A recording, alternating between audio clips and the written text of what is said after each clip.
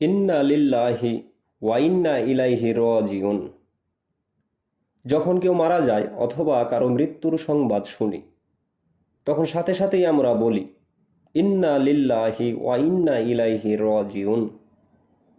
এই কথাগুলো বলার পর আমরা অন্য কিছু জিজ্ঞেস করি। কিভাবে মারা গেল, কখন মারা গেল, কোথায় মারা গেল, আর কখন দাফন কাফন সম্পূর্ণ হবে। এখন কথা হলো, কারো মৃত্যুর সংবাদ শোনার পর আমরা ইন্না লিল্লাহি ওয়া ইন্না ইলাইহি রাজিউন এই কথাগুলো কেন বলি? এটা কি মৃত ব্যক্তির সংবাদের দোয়া? কারো মৃত্যুর সংবাদ শোনার পর এই দোয়া পাঠ করতে হবে? আর এই দোয়া পাঠ করলে মৃত ব্যক্তির কি কোনো উপকারে আসবে?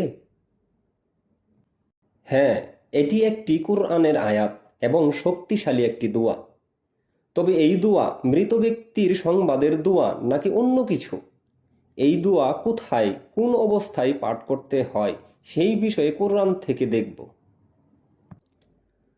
প্রথমে দেখব এখানে কতগুলো শব্দ ব্যবহার করা হয়েছে এবং এই শব্দগুলোর অর্থ কি।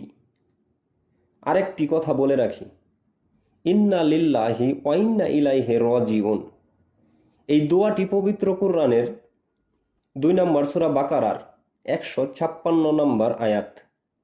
তবে এখানে কিন্তু সম্পূর্ণ আয়াত নয়, আমরা আয়াতের নিচের অংশটুকু পাঠ করি।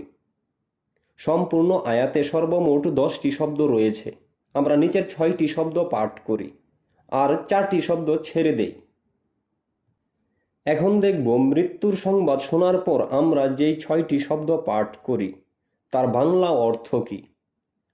সম্পূর্ণ আয়াত আমি নিয়ে আসব একটি প্যারা হিসেবে একটু পরে।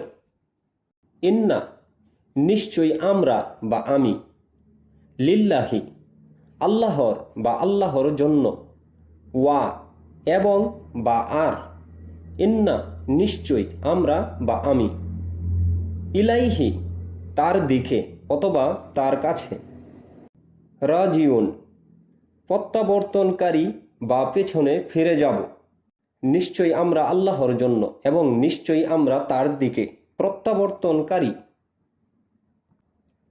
এখন আমি সম্পূর্ণ আয়াত নিয়ে আসব, তবে এই আয়াতে মূলত কি বলা হয়েছে তা স্পষ্ট করার জন্য আমি এই আয়াতের সাথে পূর্বের আরো 2-1টি আয়াত যোগ করব।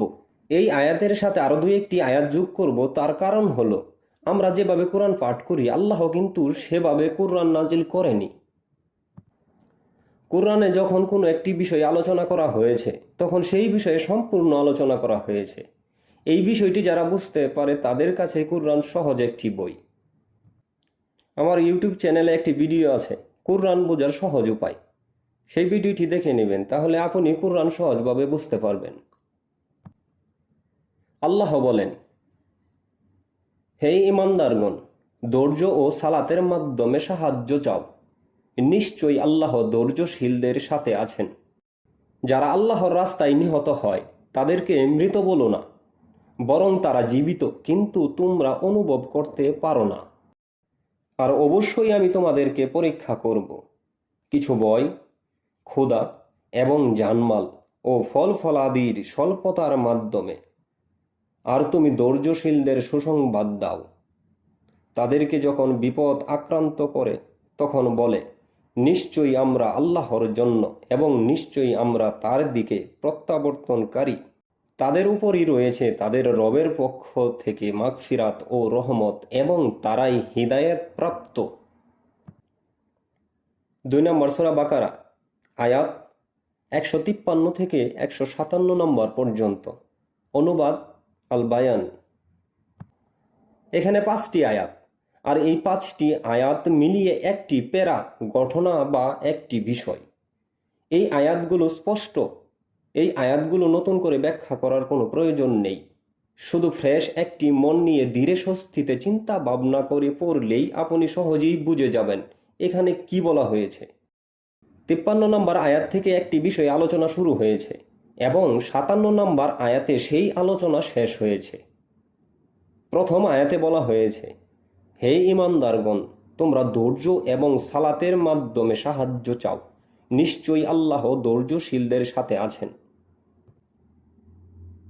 এখানে একটি বিষয় চিন্তা ভাবনা করে দেখুন, মানুষ যখন বিপদে পড়ে তখন আল্লাহর কথা স্মরণ করে এবং আল্লাহর কাছে সাহায্য চায়। আর বিপদ আপদ যদি না থাকতো তাহলে কতজন মানুষ আল্লাহকে স্মরণ করত? এই জন্যই আল্লাহ কিছু মানুষকে পার্থিব বিপদ আপদ থেকে দূরে রেখে দেখিয়ে দিয়েছেন। যাদেরকে পার্থিব জীবনের বিপদ আপদ থেকে দূরে রাখা হয়েছে তাদের অধিকাংশই আল্লাহকে অস্বীকার করে এবং বলে আমাদের আল্লাহর প্রয়োজন নেই। তাহলে বোঝা যায় বিপদ আপদ পার্থিব জীবনের গুরুত্বপূর্ণ একটি অংশ। পার্থিব জীবনে মানুষ কি কি বিপদ আপদের সম্মুখীন হয় তা বলা হয়েছে 155 নম্বর আয়াতে। আর বিপদের মধ্যে সবচেয়ে বড় বিপদ হলো মানুষের মৃত্যু। কেউ শিশু বয়সে মারা যায়, কেউ যুবক বয়সে মারা যায়, আবার কেউ বৃদ্ধ বয়সে মারা যায়। যখন কোনো মানুষ মারা যায় তখন তার পরিবারের উপর তার প্রভাব পড়ে, আর এই সময়টাতেই পরিবারের মানুষের ধৈর্য ধারণ করা বেশ কঠিন হয়ে যায়।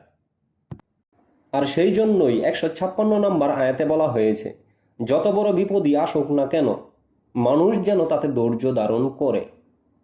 আর যখন কেউ মারা যায় তখন যেন সে এটা বলে, নিশ্চয়ই আমরা আল্লাহর জন্য, আর নিশ্চয়ই আমরাও একদিন তার কাছে ফিরে যাব, মানে আমরাও একদিন মারা যাব। তাহলে বোঝা গেল মানুষ যখন বিপদ আপদের সম্মুখীন হয় এবং সবচেয়ে বড় বিপদ হলো কারো মৃত্যু, তখন যেন সে এই দোয়াটি পাঠ করে, ইন্না লিল্লাহি ওয়া ইন্না ইলাইহি রাজিউন। নিশ্চয়ই আমরা আল্লাহর জন্য, আর নিশ্চয়ই আমরা তার দিকে ফিরে যাব। এই দোয়া পাঠ করলে মৃত ব্যক্তির কোনো উপকারে আসবে না। যারা এই দোয়া পাঠ করে বরং তাদের নিজেদেরই উপকারে আসবে। 157 নম্বর আয়াতে বলা হয়েছে, বিপদের সময় যারা এই কথাগুলো বলে আল্লাহ তাদের উপর সন্তুষ্ট থাকেন। তাহলে বোঝা গেল কেউ মারা গেলে অথবা মৃত্যুর সংবাদ শুনলে ইন্না লিল্লাহি ওয়া ইন্না ইলাইহি রাজিউন এই দোয়া পাঠ করা ফরজ। এই পর্যন্তই। সকলের উপর আল্লাহর রহমত ও শান্তি বর্ষিত হোক।